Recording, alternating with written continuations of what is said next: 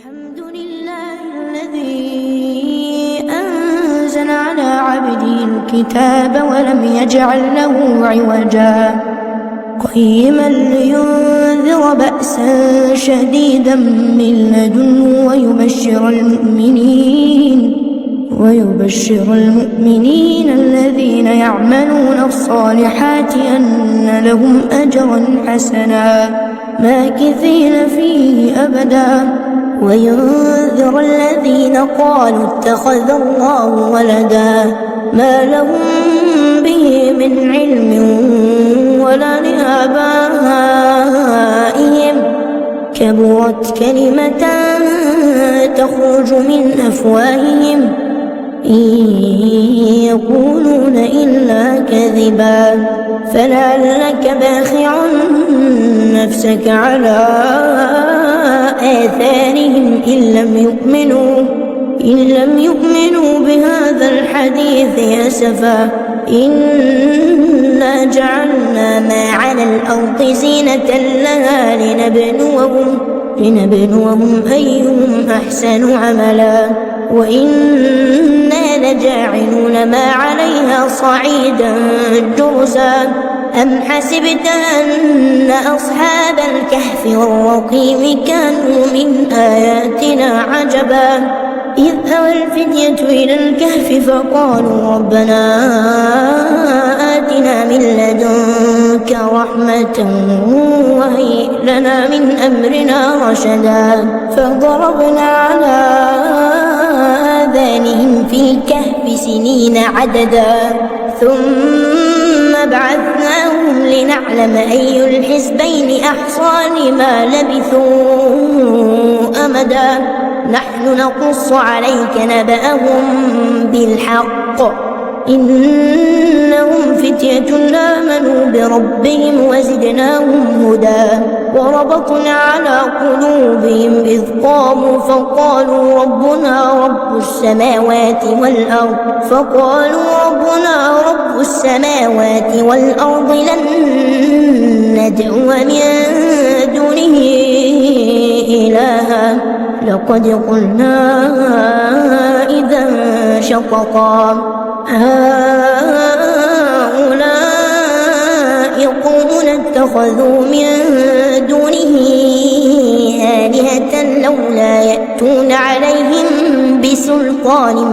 بين فمن أظلم ممن افترى على الله كذبا وإذ اعتزلتموهم وما يعبدون إلا الله فأووا إلى الكهف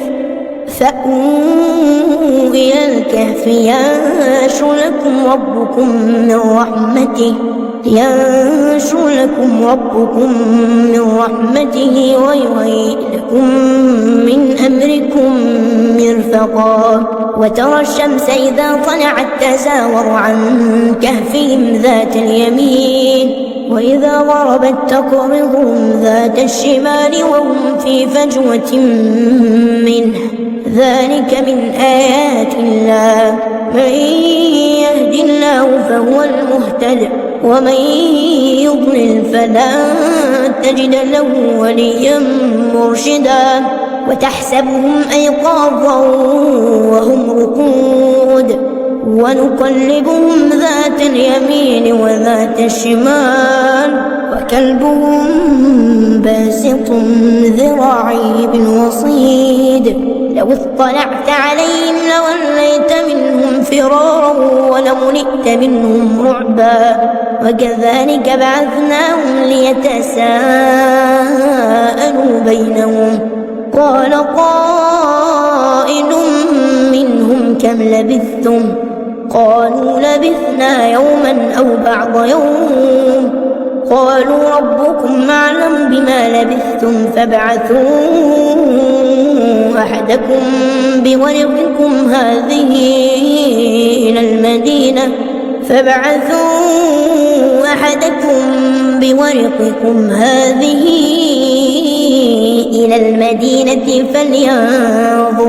فلينظر أيها أزكى طعاما فليأتكم برزق منه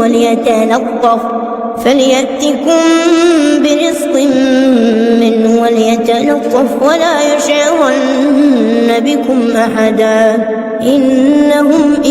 يظهروا عليكم يرجموكم أو يعيدوكم في ملتهم ولن تفلحوا إذا أبدا وكذلك أعثرنا عليهم ليعلموا أن وعد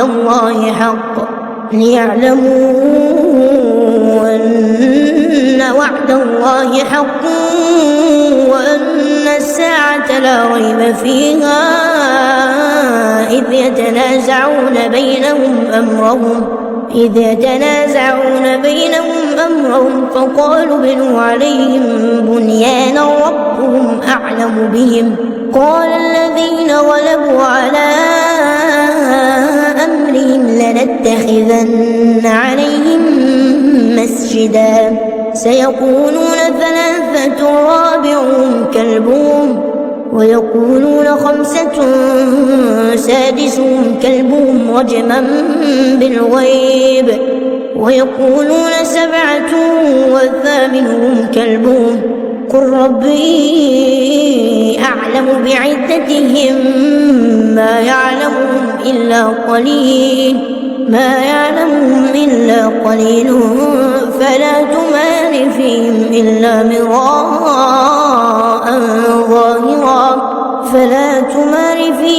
إلا مراء ظاهرا ولا تستفت فيهم منهم أحدا ولا تقولن لشيء إني فاعل ذلك غدا إلا أن يشاء الله واذكر ربك إذا نسيت وقل عسى أن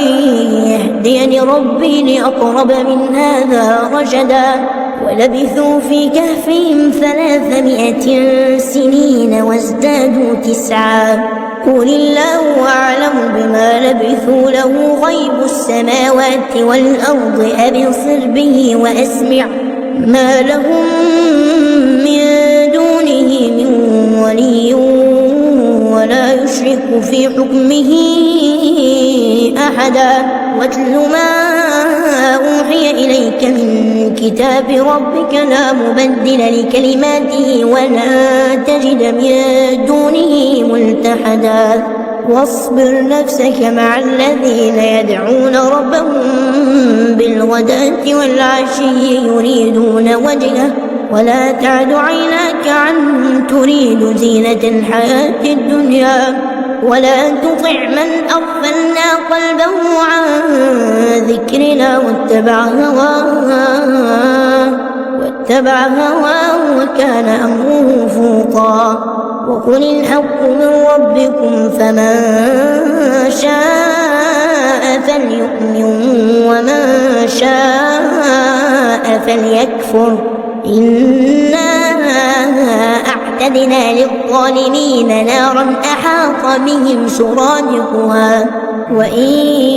يستغيثوا يغاثوا بماء كالمهل يشوي الوجوه بئس الشراب وساءت مرتفقا إن الذين آمنوا وعملوا الصالحات إنا لا نضيع أجر من أحسن عملا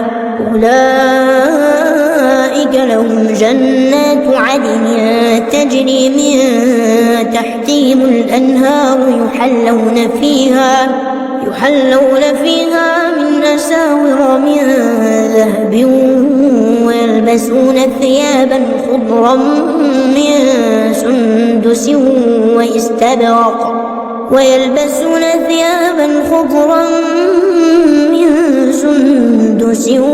واستبرق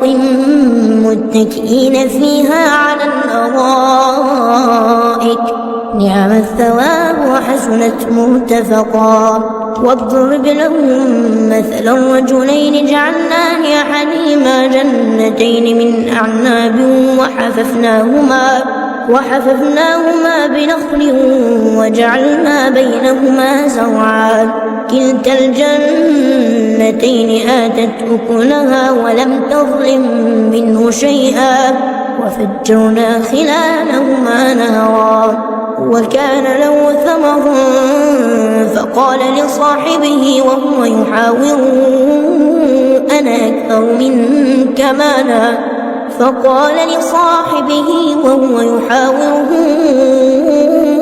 أنا أكثر منك مالا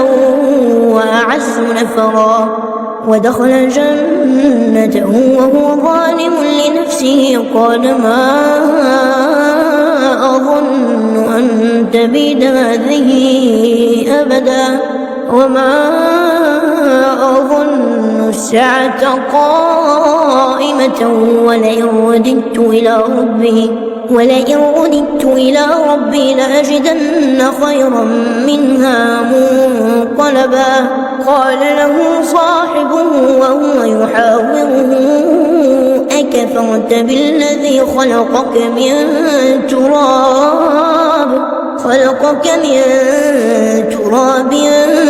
ثم من نطفة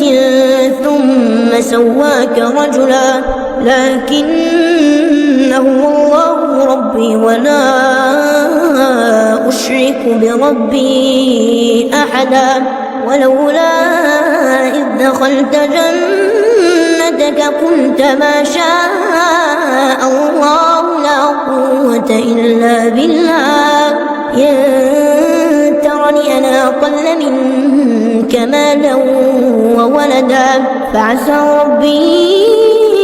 أن يؤتيني خيرا من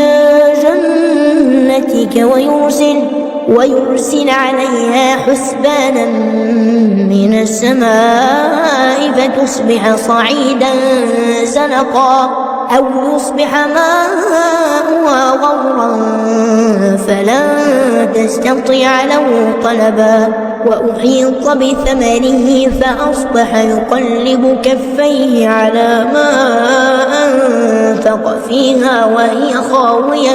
وهي خاوية على عروشها ويقول يا ليتني لم أشرك بربي أحدا ولم تكن له فئة ينصرونه من دون الله وما كان منتصرا هنالك الولاية لله الحق هو خير ثوابا وخير عقبا واضرب لهم مثل الحياة الدنيا كماء أنزلناه من السماء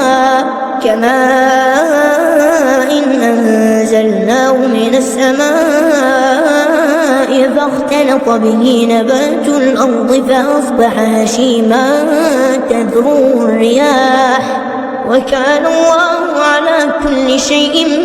مقتدرا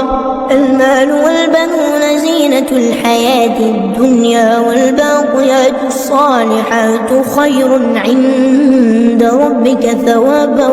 وخير أملا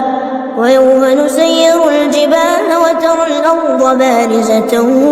وحشرناهم فلم نغادر منهم أحدا وعرضوا على ربك صفا لقد جئتمونا كما خلقناكم أول مرة بل زعمتم أن لن نجعل لكم موعدا ووضع الكتاب فترى المجرمين مشفقين مما فيه ويقولون يا ويلتنا ما لهذا الكتاب لا يغادر صغيرة ولا كبيرة إلا أحصاها ووجدوا ما عملوا حاضرا ولا يظلم ربك أحدا وإذ قلنا للملائكة اسجدوا لآدم فسجدوا إلا إبليس كان من الجن ففسق عن أمر ربه أفتتخذونه وذريته أولياء من دوني وهم لكم عدو بئس للظالمين بدلا. ما أشهدتهم خلق السماوات والأرض ولا خلق أنفسهم وما كنت متخذ المضلين عضدا. ويوم يقول نادوا شركائي الذين زعمتم فدعوهم فلم يستجيبوا لهم وجعلنا بينهم موبقا. ورأى المجرمون النار فظنوا أنهم مواقعوها ولم يجدوا عنها مصرفا. ولقد صرفنا في هذا القرآن للناس من كل مثل وكان الإنسان أكثر شيء جدلا. وما منع الناس أن يؤمنوا إذ جاءهم الهدى ويستغفروا ربهم إلا أن تأتيهم سنة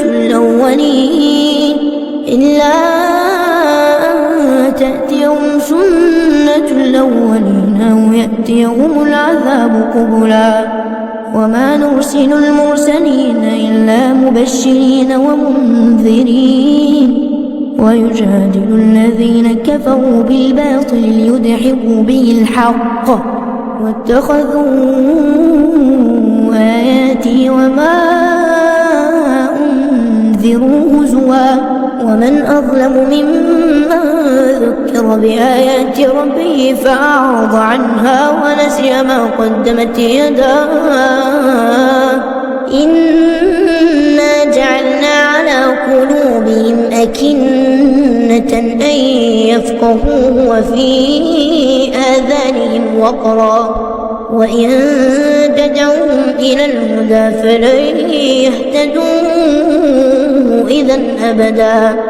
وربك الغفور ذو الرحمة لو يؤاخذهم بما كسبوا لعجل لهم العذاب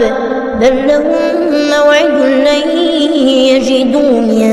دونه موئلا. وتلك القرى أهلكناهم لما ظلموا وجعلنا لمهلكهم موعدا. وإذ قال موسى لفتاه لا أبرح حتى أبلغ مجمع البحرين أو أمضي حقبا. فلما بلغا مجمع بينهما نسيا حوتهما فاتخذ سبيله في البحر سربا. فلما جاوزا قال لفتاه آتنا غداءنا لقد لقينا من سفرنا هذا نصبا. قال أرأيت إذ أوينا إلى الصخرة فإني نسيت الحوت وما أنسانيه إلا الشيطان أن أذكره واتخذ سبيله في البحر عجبا.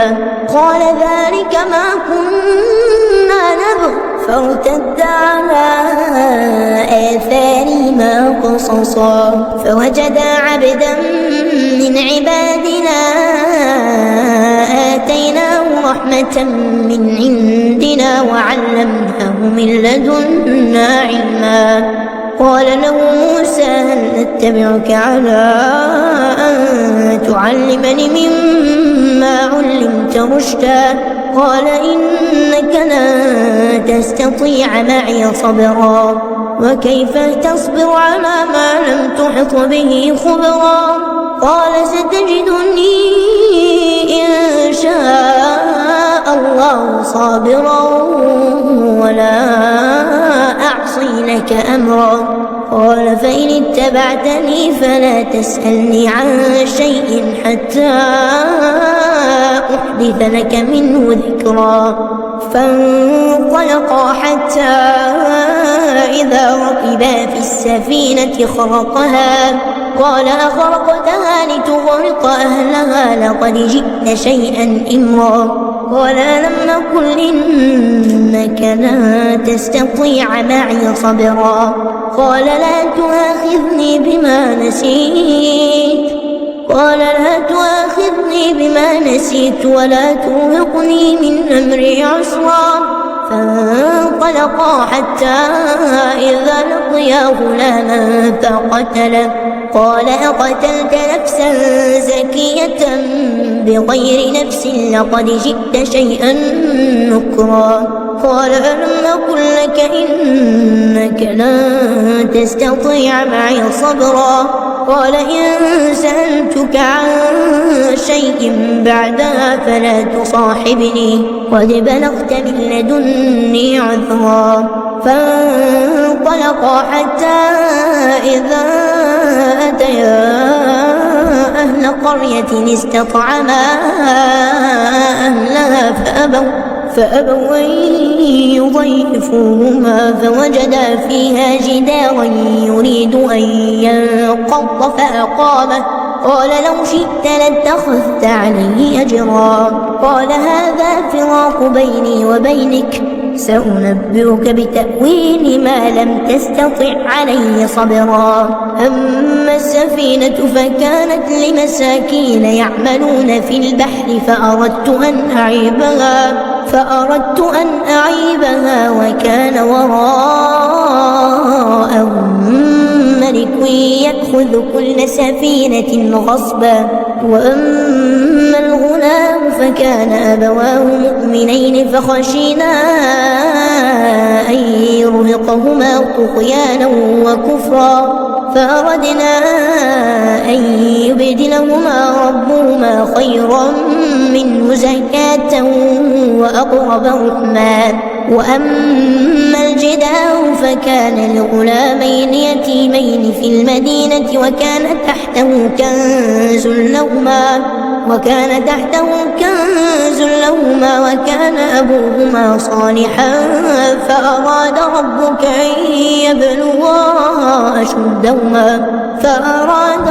أن يبلغا أشدهما ويستخرج كنزهما رحمة من ربك وما فعلته عن أمري ذلك تأويل ما لم تسطع عليه صبرا. ويسألونك عن ذي القرنين قل سأتلو عليكم منه ذكرا. إنا مكنا له في الأرض وآتيناه من كل شيء سببا فأتبع سببا حتى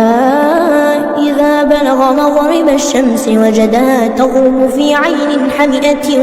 ووجد عندها قوما قلنا يا ذا القرنين إما أن تعذب وإما أن تتخذ فيهم حسنا. قال أما من ظلم فسوف نعذبه ثم يرد إلى ربه فيعذبه عذابا نكرا. وأما من آمن وعمل صالحا فله جزاء الحسنى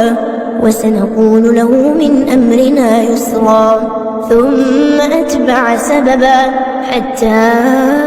إذا بلغ مطلع الشمس وجدها تطلع على قوم لم نجعل لهم من دونها سترا. كذلك وقد أحطنا بما لديه خبرا. ثم أتبع سببا حتى إذا بلغ بين السدين وجد من دونهما قوما لا يكادون يفقهون قولا. قالوا يا ذا القرنين إن يأجوج ومأجوج مفسدون في الأرض فهل نجعل لك خرجا على أن تجعل بيننا وبينهم سدا. قال ما مكنني فيه ربي خير فأعينوني بقوة أجعل بينكم وبينهم ردما. آتوني زبر الحديد حتى إذا ساوى بين الصدفين قال انفخوا حتى إذا جعله نارا قال آتوني أفرغ عليه قطرا فما استطاعوا أن يظهروا وما استطاعوا له نقبا قال هذا رحمة من ربي فإذا جاء وعد ربي جعله دكاء وكان وعد ربي حقا وتركنا بعضهم يومئذ يموج في بعض ونفخ في الصور فجمعناهم جمعا وعرضنا جهنم يومئذ للكافرين عرضا الذين كانت أعينهم في غطاء عن ذكري وكانوا لا يستطيعون سمعا أفحسب الذين كفروا أن يتخذوا عبادي من دوني أولياء إنا أعتدنا جهنم للكافرين نزلا قل هل ننبئكم بالأخسرين أعمالا الذين ضل سعيهم في الحياة الدنيا وهم يحسبون أنهم يحسنون صنعا أولئك الذين كفروا بآيات ربهم ولقائه فحبطت أعمالهم فلا نقيم لهم يوم القيامة وزنا ذلك جزاؤهم جهنم بما كفروا واتخذوا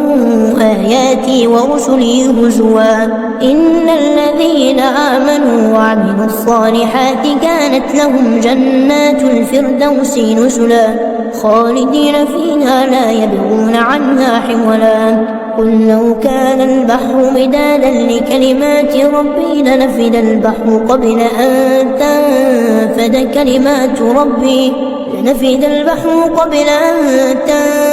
كلمات ربي ولو جئنا بمثله مددا قل إنما أنا بشر مثلكم يوحى إلي أنما إلهكم إله واحد فمن كان يرجو لقاء ربه فليعمل عملا صالحا ولا يشرك بعبادة ربه